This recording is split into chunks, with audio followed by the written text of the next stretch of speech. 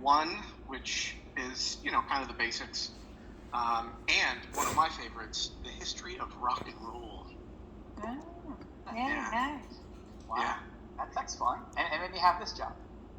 I actually, let me tell you, so I got into this, so my undergraduate's in music, and as you could imagine, that is a diploma that is used when my toilet paper runs out.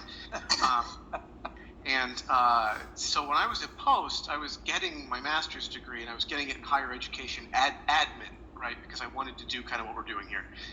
And the guy who was like the dean of humanities or whatever the heck they called it over at Post, because that place is a circus. And he came up to me one day. He's like, "Oh, I saw on your resume that you have a degree in music." I said, "Yeah, it's music and engineering, so I can play guitar and build you a microphone." Guy goes, "Do you want to teach?" And I was like, "I'm halfway through a master's program right now." He's like, "I don't care." So he just put me on to teaching. Got my master's, and then I got to do it at more places. But without that guy being an absolute lunatic, I wouldn't have that. And I do it after work most of the time.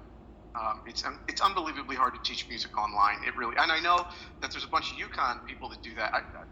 I teach online as well, and mad respect to them. Just that is complicated to teach online, especially music theory. That's really difficult to teach online.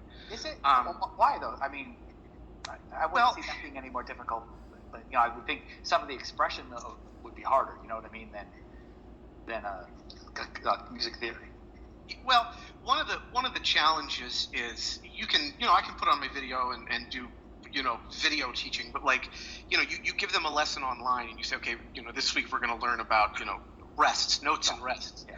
And some students can read a million times how long 4 beats is and how much a half rest is and all this other stuff, and it won't sink in until you show them or have a more visual aspect. Or I'll get out the guitar and I'll play, or I don't have a keyboard anymore, but I'll get out the guitar and I'll play and I'll say, okay, this is a rest and this is how you do that, and then it clicks to people.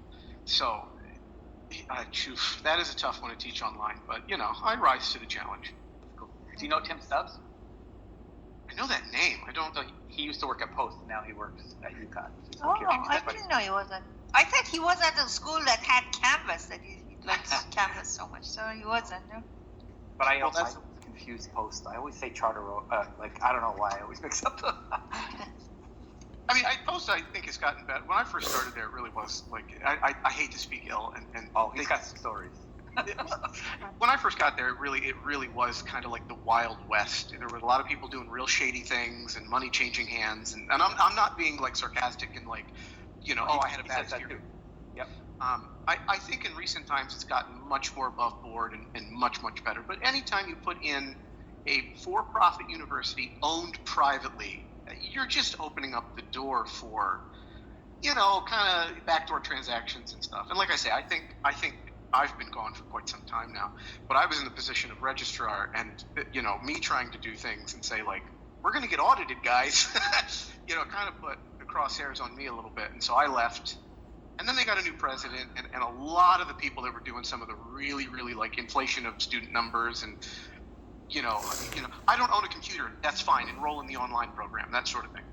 A lot of those people got flushed out because I think things were starting to happen that became much more public facing, and that's when you got to start making some changes. So Tony Pinocchio in Post?